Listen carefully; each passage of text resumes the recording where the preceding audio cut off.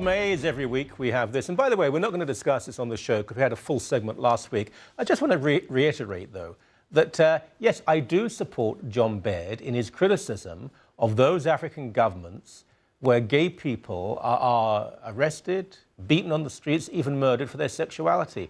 I'm a moral conservative. Marriage is one man and one woman. I criticize many of the excesses of the gay community in North America. I understand there are certain agendas at play, but that does not give me the permission or the right to turn away from people being beaten up, killed, merely for their sexuality in foreign countries.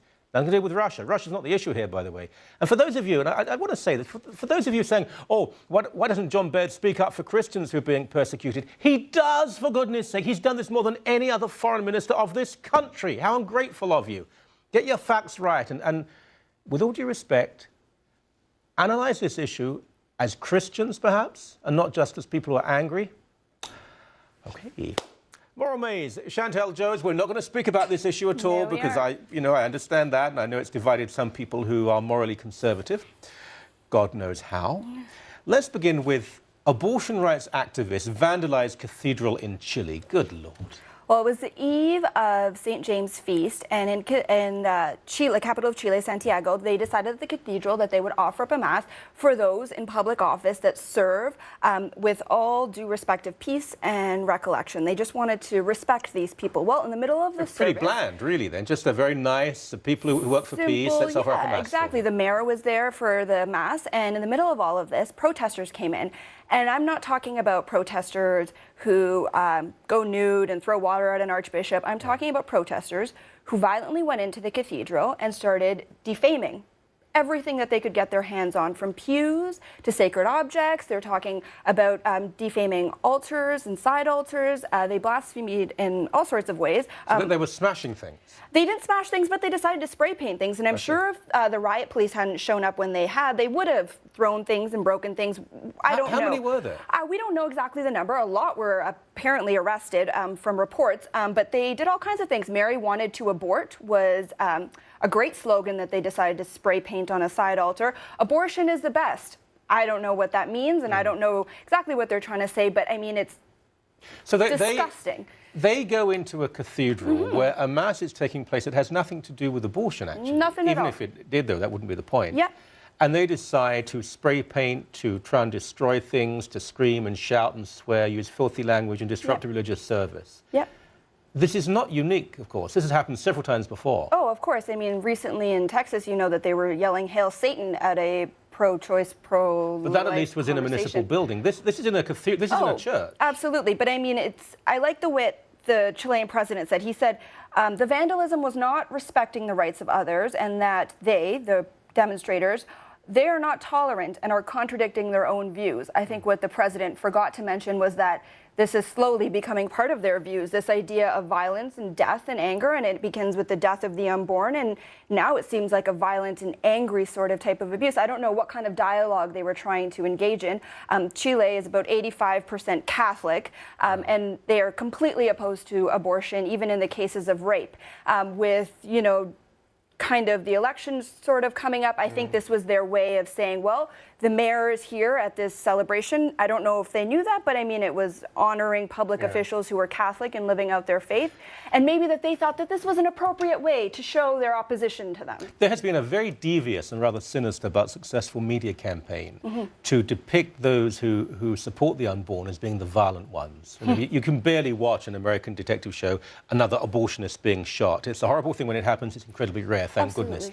Violence on the street is invariably, if not exclusively, from people who support abortion. I've seen time and time again, beyond state bullying, which is pro-lifers being arrested and taken off to prison, we see pro-abortion people throwing things at pro-lifers, urine, excrement, swearing at them, physically attacking them. If you Google this, there are dozens and dozens of examples. Oh, I want to hear a great one. Most recently, I was reading online at a pro-abortion webpage. instructions for how to insert a cup into your vagina to collect your period blood to throw at legislators who do not agree with your values. Oh, you've gone to my website. Oh, is it yours? Wonderful. I mean, this is the level of which we're getting. It's completely real. I mean, I'm not fabricating it any ways at all. I mean, hopefully, I hope to God that they put the whole thing down and someone has said, crazy people, I mean, maybe this isn't the best way to get upon your approach. But I mean... As long as it's not a Sun News mug, you know, because that could... Anyway, let's move on. Dog's chewed body of abandoned baby girl in India. Oh boy, I mean, the world is becoming a really unfortunate and sick place. And in India, most recently, a crowd found a little baby girl abandoned in a nearby college hospital in the bushes that had been chewed up by a dog. Oh.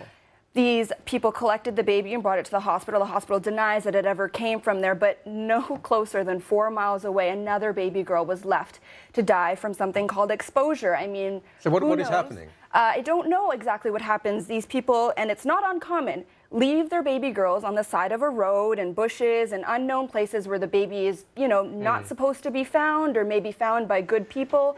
This is an issue surely of poverty, though. Is it an issue of poverty or sex selection? I mean, I think it's an issue of both. Were they both girls? They were both girls in both circumstances. And you know what? I think what the Indian government refuses to acknowledge, and this has been a problem for years and years and years, is they try and find all these biological solutions to social issues. You know, in 1970, whether people want to remember it or not, Indira Gandhi, the Prime Minister of India, decided let's have forced sterilization. They implemented a program, spent hundreds and thousands of dollars into a program so that, you know, people in India could force and help the population problem and help the issue that parents and families were having, completely disregarding the actual problem that we're having, which is the devaluing human life. And that's whether it's a female or male, and we've lost all consideration for what's really important. And I mean, we're spending so much money on reproductive health in India. India is known for just tons of money, but not helping unborn child, not helping mothers who don't seem to understand in a social problem that's beyond dowry and beyond. Back to very close to home, Councillor Denzil Minnan Wong. It's very interesting. He boycotted was it a celebration, a commemoration of someone who most people have never heard of, frankly. Who? Yeah. Dr. Morton Shulman, he was the chief coroner in Toronto, and he was known for, you know, being a multimillionaire and having a talk show and all kinds of stuff like that. I've never heard of him, though. I mean, I haven't until most recently, and I think Denzil Minnan Wong, the councillor, he decided that he was going to not accept this role as Public Works chair, and he said... They're naming a street. They're naming a street after him, yeah, and the street... Wonderful. I mean, who knows, but I think... So Minnan wouldn't go there to officiate at naming a street after this He wouldn't. He said it very tactfully, and I give him a lot of respect. He says, after reading up about Dr. Shulman, I don't feel that I'm the right member of council to represent the city. Why? Well, because he's a Roman Catholic, and he lobbied against, very strictly, he lobbied against anti-abortion legislation. And Shulman was pro-abortion. He was pro-abortion. I'd heard that Shulman was some sort of showy talk show guy before, like 30 years ago. I have to say, and mea culpa, I didn't even know that Denzil Minnan Wong was Catholic. Oh, no, and I mean, most recently in June, I don't know if you remember this, he decided that he would not participate in the moment of silence for abortionist Henry Morgentaler. He said, I'm a Roman Catholic, and he's contributed to millions of babies dying in Canada. So we're out of time, but what a lot we've discussed. I know. Thank you very much. Thank you, Michael.